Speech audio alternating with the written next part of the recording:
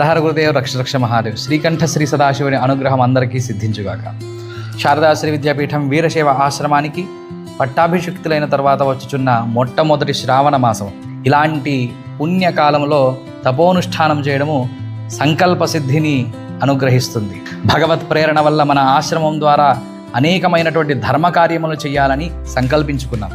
సనాతన ధర్మ పరిరక్షణకు, వేద పరిరక్షణకు వేద విద్యాలయము, స్వరయోగ ప్రచారమునకు పాఠశాలల యందు స్వరయోగ ప్రచారము, యజ్ఞయాగాదులను నిర్వహించడానికి యాగశాల, పశు సంపదను గోమాతలను రక్షించడానికి గోశాల, దేవతారాధనకు దేవాలయములు, ఇలా అనేకమైనటువంటి బృహత్ కార్యములను మన ఆశ్రమం తరపున చేయడానికి సంకల్పించాం.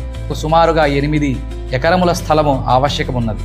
కావున ఈ శ్రావణ మాసంలో చేసే తపోనుష్ఠానము, మౌనానుష్ఠానము ఈ సంకల్పము నిర్విఘ్నముగా జరుగుటకు సమర్పణ చేస్తున్నాము.